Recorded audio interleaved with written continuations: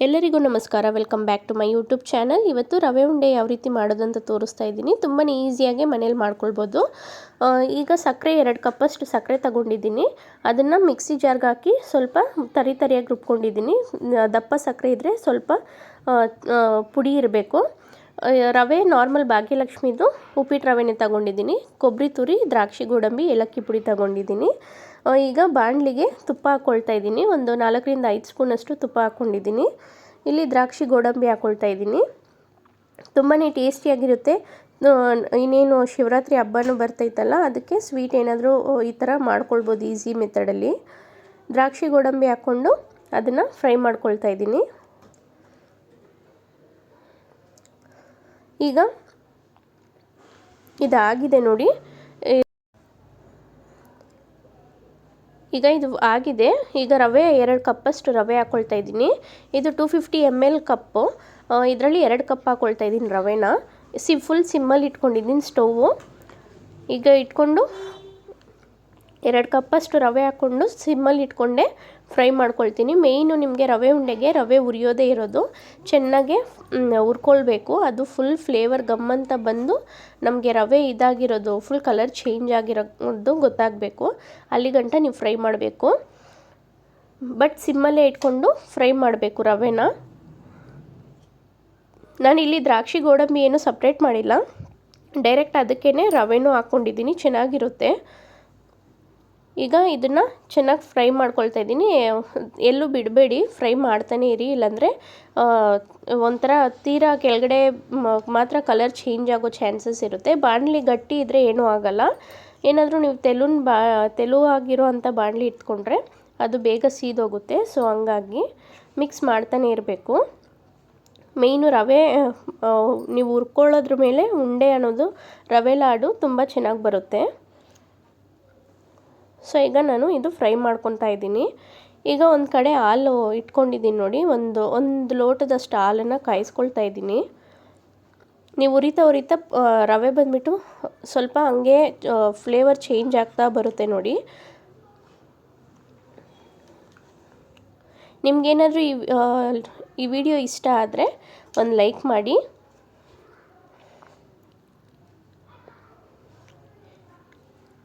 ಇನ್ನೇನು ಇದು ಆಗ್ತಾ ಬರ್ತಾ ಇದೆ ಅನ್ನೋ ಟೈಮ್ಗೆ ನಾನು ಸ್ಟವ್ ಹಚ್ಕೊಂಡಿದ್ದೀನಿ. ಹಾಲು ಕಾಯಿಸ್ಕೊಳ್ತಾ ಇದ್ದೀನಿ. ಬಿಕಾಸ್ ಇದು ನಾವು ಉಂಡೆ ಕಟ್ಟಬೇಕಾದ್ರೆ ಹಾಲು ಬಿಸಿ ಇರಬೇಕು. ನೀವು ಟೀ ಕುಡಿತೀರಲ್ವ, ಟೀ ಇಲ್ಲ ಹಾಲು, ಟೀ ಕುಡಿಯೋ ಅದಕ್ಕೆ ಬಿಸಿ ಇರಬೇಕು ಹಾಲು ಅನ್ನೋದು. ಆವಾಗ ಉಂಡೆ ಕಟ್ಟೋದಕ್ಕೆ ತುಂಬ ಈಸಿ ಆಗುತ್ತೆ. ಇವಾಗ ರವೆ ಫುಲ್ಲು ಆಗಿದೆ, ಫುಲ್ ಕಲರ್ ಚೇಂಜ್ ಆಗಿದೆ ನೋಡಿ ನಿಮಗೆ.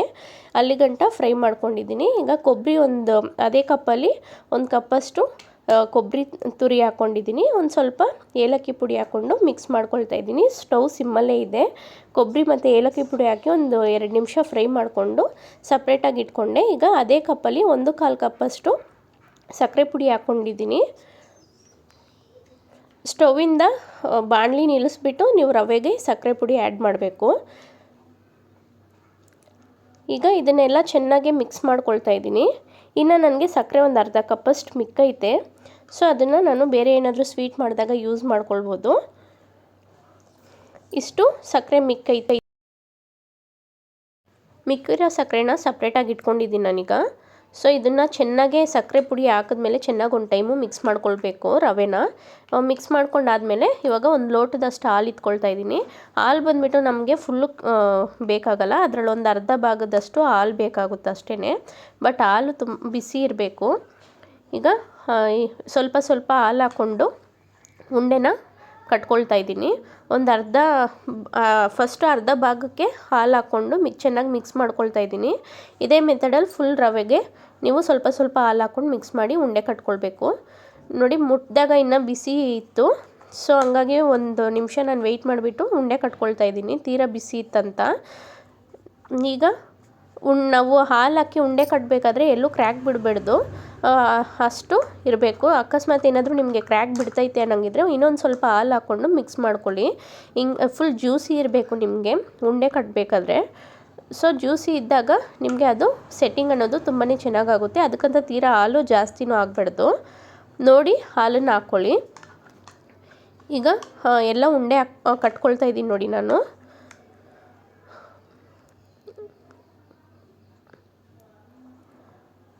ಫುಲ್ ಇದೇ ರೀತಿ ಕಟ್ಕೊಳ್ತೀನಿ. ನಿಮಗೇನಾದರೂ ಈ ವಿಡಿಯೋ ಇಷ್ಟ ಆಗಿದರೆ ಲೈಕ್ ಮಾಡಿ, ಮತ್ತು ಇನ್ನೂ ಯಾರಾದರೂ ನನ್ನ ಚಾನಲ್ನ ಸಬ್ಸ್ಕ್ರೈಬ್ ಮಾಡ್ಕೊಂಡಿಲ್ಲ ಅಂದರೆ ಪ್ಲೀಸ್ ಸಬ್ಸ್ಕ್ರೈಬ್ ಮಾಡ್ಕೊಳ್ಳಿ. ಇವಾಗ ಶಿವರಾತ್ರಿ ಹಬ್ಬ ಬರ್ತಾ ಇರೋದ್ರಿಂದ ಏನಾದರೂ ಸ್ವೀಟ್ಸ್ ಮನೇಲಿ ಮಾಡ್ಬೋದಂದರೆ ಈ ಥರ ರವೆ ಲಾಡು ಈಸಿಯಾಗೆ ಮಾಡ್ಕೊಳ್ಬೋದು. ತುಂಬಾ ಈಸಿ ಮೆಥಡಲ್ಲಿ ತೋರಿಸಿದ್ದೀನಿ.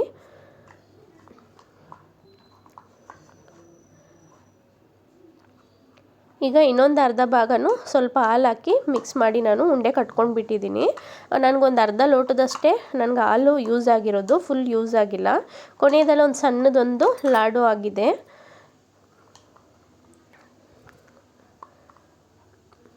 ಈಗ ಇದು ಫುಲ್ ಆಗಿದೆ.